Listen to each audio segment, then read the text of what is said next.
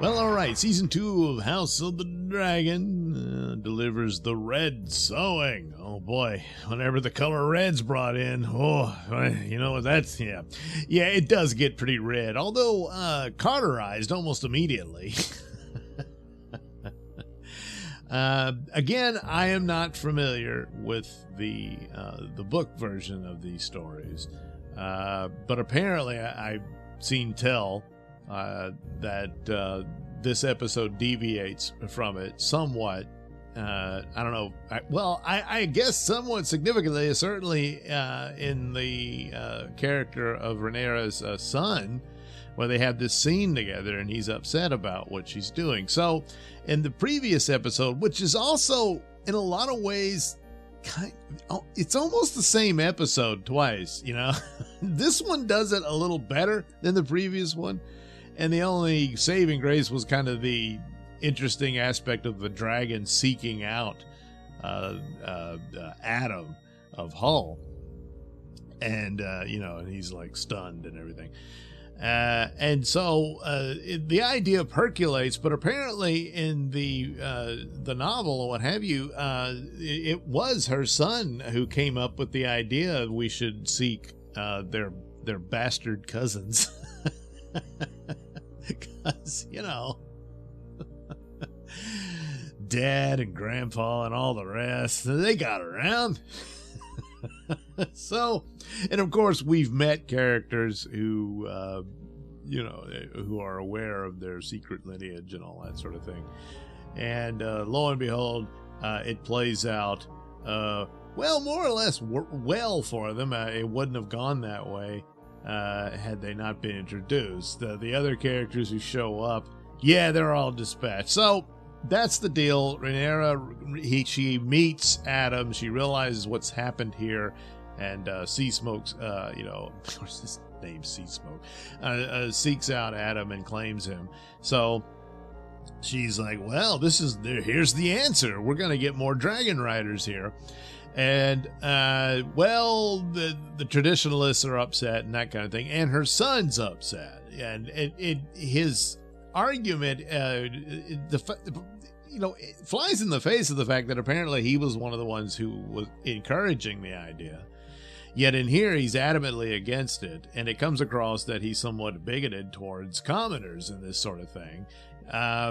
And cobbled together with his reasoning in that he's very much aware he's pretty much in the same boat as they are, because he's not legitimate. His father was his mother's boy toy, not the real guy who, well, he was gay, so it wasn't going to happen. And of course, Rhaenyra's embarrassed by all of this, and that it puts him in this position, but she's saying this is the act of the gods because the dragon chose this man, and she feels this lights the way for what she's supposed to do. And well, he's upset and heartbroken and all that. So in that aspect, you gotta want, gee, why change it like that? And you can't help but think that, oh, you wanted one of these characters to display some amount of bigotry just for that purpose alone. And in this current era, it's hard not to say that that wasn't the reason. And so I can understand some noses being put out of joint over that, you know. But as for the rest of it, again, it's the plot and the ideas of where they're going to probably should have, I mean, it's only 8 episodes, but maybe you don't have the material for 8. So, you know, and this happens again and again with these shows, you know.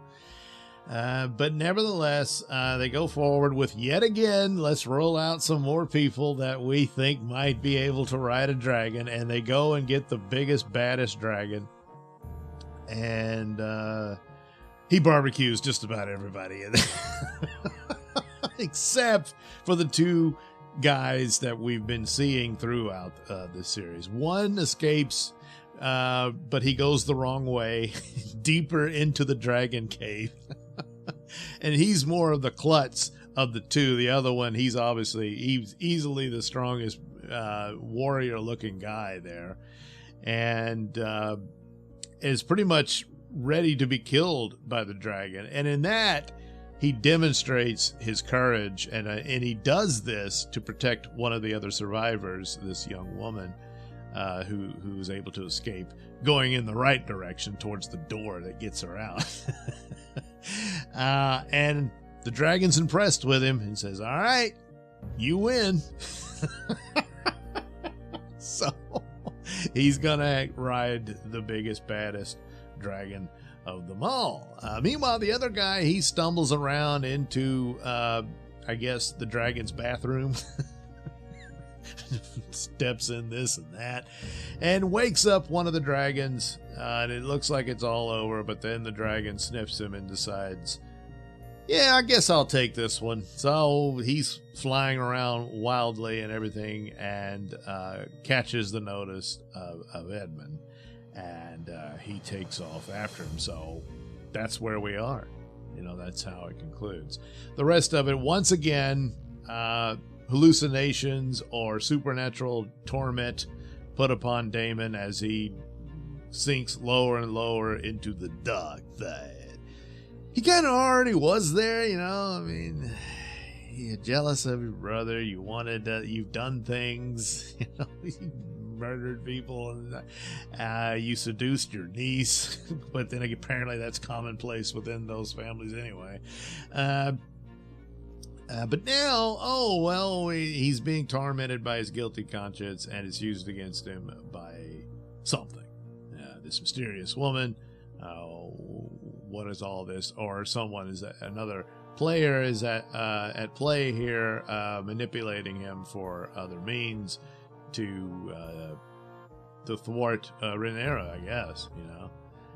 Meanwhile, Aegon, boy, is he suffering, but once again, this goes into what Larys was telling him about, and with each bit of suffering, he has the potential of growing far more formidable and stronger. So that appears to be the set. I mean, he was a bit of an idiot before, but maybe he's going to learn a very powerful, if not painful, lesson. But it will make him powerful in his own right, provided he survives it. So, yeah, that's pretty much what you got from last episode. So, what are you going to do? That's what it is. So, conclusion here is it had some high points this season. Compared to a lot of else that's available, it's still a pretty good, solid show. But it's not as good, I don't think, as the first season was. And true, the final episode can be a good finale and payoff and can go a long way, but I don't think it can go long enough to make up for the repetition. Repetition is very dangerous in shows, in my humble opinion. It's gonna happen. I mean, especially in genre and whatnot. I mean, the war story in this case and that sort of thing. But you've got to approach it from an angle here, and a framing device there, that sort of thing, to make it new and seemingly fresh. Yes. Kind of stumbled here and there on that. Overall, not bad, just not on par with the first one. Of course, I'm probably forgetting some repetition there as well, but I don't know, just more or less a feeling, Yeah. So, we'll see how this concludes, but yeah, it's just a better version of the previous one, for the most part, and probably could have combined the two into one episode and just have 7 episodes. They have 7 gods. There you go. All right, we'll see what they do next week.